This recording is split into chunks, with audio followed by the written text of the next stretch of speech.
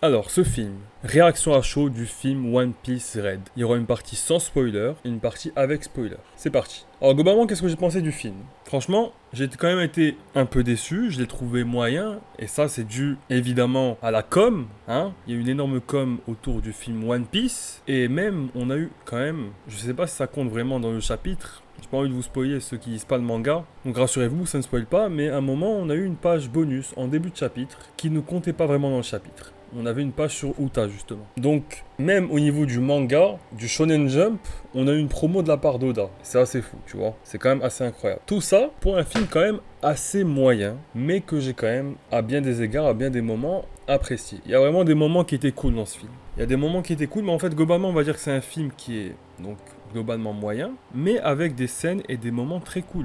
Quelles sont ces scènes cool? Alors, ce n'est pas un spoil. Vous savez, si vous avez vu le trailer, que, évidemment, toute la com autour du film, que dans ce film, on aura le personnage de Shanks, que Uta est la fille de Shanks, et qu'on a des flashbacks entre ces deux personnages, et que Shanks va apparaître, effectivement, dans le film, il sera physiquement présent. Alors, tout ce que j'ai à dire, c'est que toutes les apparitions de Shanks, que ce soit dans le présent ou en flashback, et même les flashbacks entre Luffy et Uta sont vraiment très bons. Moi, j'ai kiffé.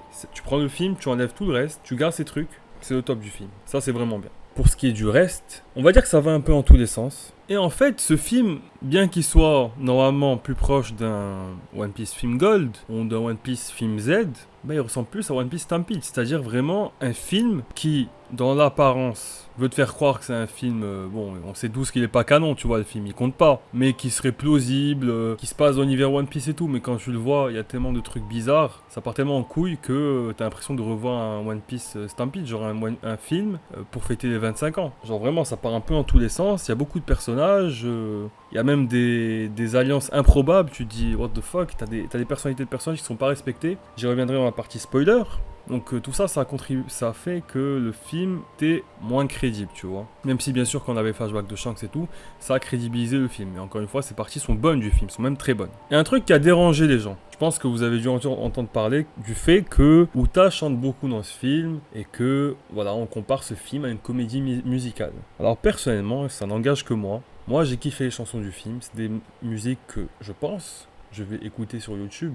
Surtout s'il y a des extraits un peu, tu vois, comme La Reine des Neiges ou quoi. Voilà, genre en fait, les chansons de Uta, moi je les ai kiffées. Il y avait une super animation et tout. Et j'aime sa voix, j'aime la musique tout simplement. Moi, au contraire, j'ai vu ça comme une spécificité du film par rapport aux autres films One Piece. Déjà qu'ils sont tous pas canons. Il faut qu'il y ait un truc en plus dans ce film. Le truc en plus, certes, c'était qu'il y a Shanks, qu'il apparaît, qu'on a sa fille, etc., qu'on a des éléments canons, même si à chaque film, non pas à chaque film, si quand même, en fait, dans One Piece Z, on te donne un truc canon, c'est le personnage de Zephyr, dans Strong World, c'est le personnage de Shiki, on te donne des personnages canons, mais pas leur rencontre avec Luffy. Là, c'est un peu pareil, et là, ça allait encore plus loin, on t'a introduit Uta, en plus, Shanks, il arrive, alors que, bon, c'est pas canon, mais voilà, ouais, donc on a ça dans les autres films, mais quand même, le fait que ce soit une comédie musicale, moi, je trouve que c'était justement une bonne particularité du film, et j'aurais encore moins apprécié le film sans les musiques, en réalité. Et les gens disent que ça colle pas, c'est vrai que peut-être ça...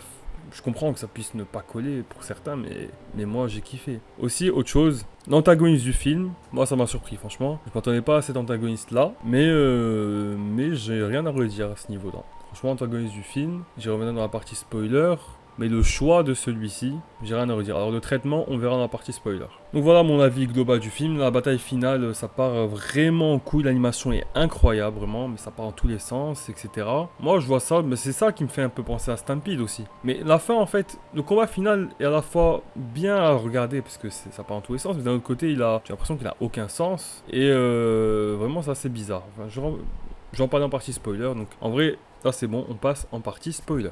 Bon, partie spoiler maintenant, n'hésitez pas à vous abonner à la chaîne, il y a des vidéos qui vont arriver, notamment 2 scènes sous côté de Demon Slayer, Kimetsu no Yaiba. Il y a des vidéos que j'ai faites, notamment pour ceux qui regardent Kaguya-sama, le bilan de la saison 3, où je donne une analyse vraiment approfondie. Mes premières impressions sur la saison 2 de Classroom of the Elite. Donc voilà, il y a un top OST d'Attaque des Titans saison 4 partie 2 qui arrive. N'hésitez pas à aller voir tout ça, abonnez-vous, la chaîne est nouvelle. Bon, la partie spoiler. Déjà le film commence mal, parce qu'ils font un truc que je déteste, et qu'ils ont fait je crois dans One Piece Film Gold. Ils te mettent les personnages directement dans le lieu où aura lieu le film. Il ne faut pas faire ça. Il faut une putain de situation initiale, comme pour One Piece Z. Luffy, il naviguait. One Piece Z c'était bien, parce qu'on te montrait l'ennemi du film se battre contre Kizaru, et ensuite comment il allait rencontrer Luffy. Ça c'est bien. Mais te mettre directement Luffy chez Uta, ce n'est pas bien. Il ne faut pas faire ça. Il ne faut pas faire ça. Il faut... Même dans les huis clos. Bon, est-ce qu'on peut considérer ça comme un huis clos, vu comment c'est immense le truc, et vu qu'il change de monde? Je pense pas. Mais même dans les huis clos, par exemple les 8 salopards de Quentin Tarantino, il y a une phase, avant qu'ils arrivent dans la putain de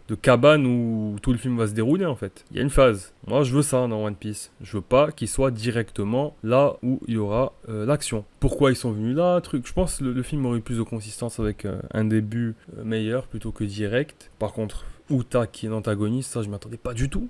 C'est vrai qu'on n'a pas vu l'ennemi du film dans... je me disais, j'avais pas tilté, c'est vrai qu'on n'avait pas vu dans les trailers, mais en fait c'est Uta.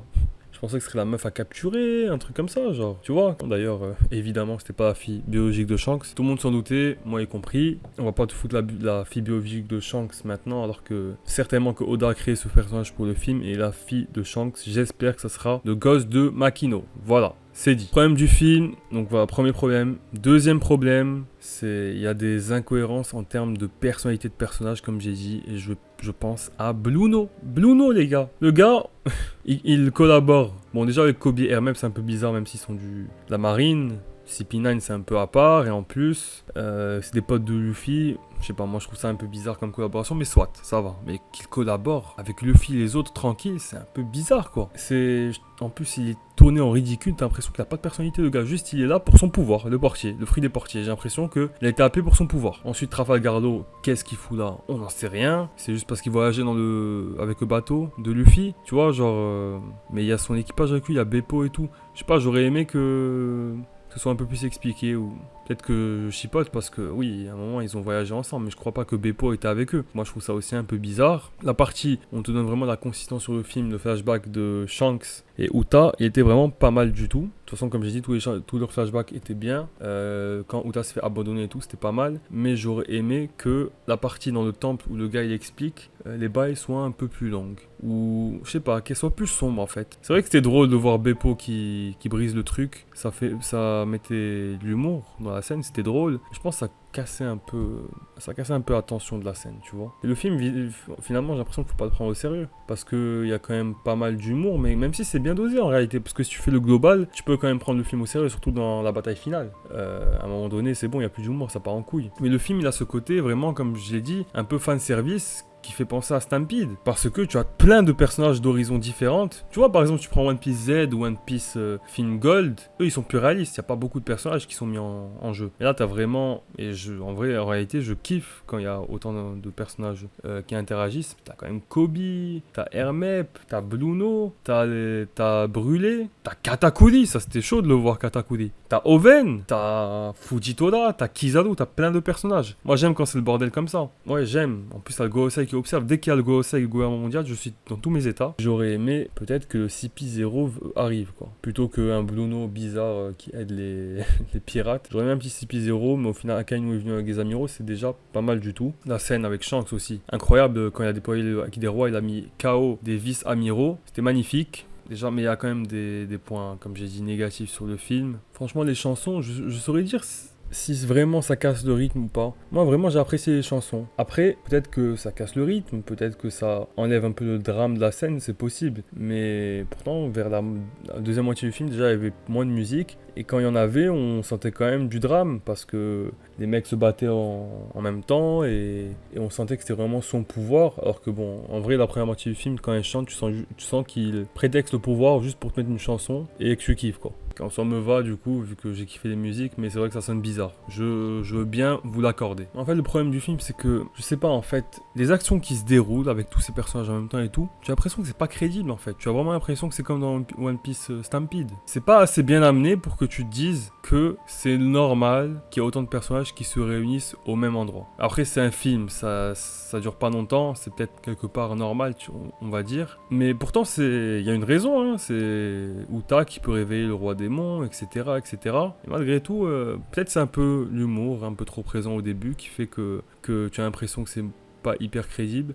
Je sais pas, ou alors que c'est moi qui imagine des trucs parce que le film était un peu moyen et j'essaie de trouver des raisons, je ne sais pas. Vous me direz en commentaire si vous avez des explications. Quoi qu'il en soit, pour le combat final, bon, on a eu par exemple, voilà, Oven, Brûlé et tout, les gens de Big Mom, bon, voilà, qu'est-ce qu'ils foutent là, quoi. Il y a trop de personnages qui sont là, mais pour rien. Encore la marine, ça s'explique, avec Akainu et tout. Mais voilà, les autres, bon, Trafalgar Law, il voyage avec les Mugiwara, j'aurais aimé quand même qu'on nous explique pourquoi il y a Beppo avec lui, etc. Beppo, c'était drôle d'ailleurs, comme je l'ai dit. Mais sinon, oui, le flashback avec Shanks et tout, c'était bien. Uta, très bon perso, il a eu assez de flashbacks. Peut-être j'aurais aimé un peu plus de flashback, un peu moins de contenu ailleurs, parce que les flashbacks c'est ce que j'ai préféré. Shanks, comment il arrive, on sait pas comment il est arrivé, on s'en fout en vrai. On s'en fout. Il a dû entendre parler dans la télé ou quoi. Le combat final c'était stylé, mais ça partait en tous les sens. Et le fait que l'ennemi soit un géant qui n'a pas de conscience, c'est un peu chiant l'ennemi final. Parce qu'au final t'as pas de combat d'idées ou de quoi, c'est pas émotionnel en fait. Ça part juste dans tous les sens. Alors que si, en fait, ça aurait été même limite, franchement, ça aurait été Uta, ça aurait limite eu plus d'impact. Là, c'était un roi démon, j'aurais aimé au moins qu'il ait une conscience, ce putain de roi démon. En plus, ça fait encore penser à One Piece Stampede où l'ennemi final est un géant et où tout le monde s'allie pour le battre. Yasop, Usopp, n'importe quoi. Il se rend compte, le gars, on dirait qu'il déteste pas son père, qu'il lui en veut pas de l'avoir abandonné. Et Yasop, on dirait qu'il rencontre son fils en mode chill, en mode j'ai toujours voulu te rencontrer, alors que non, bro, il stresse, frère. Il a abandonné quand même. Voilà, tout ça, c'est un peu bizarre. Shanks, il voit le film, il est inconscient. Bon, encore ça passe. Pour ceux qui ont lu les scans, je sais pas pour les animes Omni si vous avez remarqué, mais il y a un moment, voilà quoi, on va rien dire. Ce moment-là, c'est un peu limite pour ceux qui lisent pas les scans, mais sur le moment, c'est un peu stylé. Oui, ok, fan service. Remarque, ça va. Tu vois, ça va. Mais voilà, globalement, sur le film, moi je pense que je lui mettrais 5,5 sur 10. Je suis pas comme les autres qui mettent des 4, des 3 et tout. Non, franchement, la musique et tout, les flashbacks, les apparitions de Shanks, ça rehausse quand même le bordel. Et même les petits moments fanservice marrants, comme Saint-Charlos qui se fait qui se fait humilier par Uta. Pour moi, c'est plaisant à regarder, tu vois. J'attends vos avis sur le film en commentaire. Sur ce, je vous dis, Jana, les Nukenin. Ciao!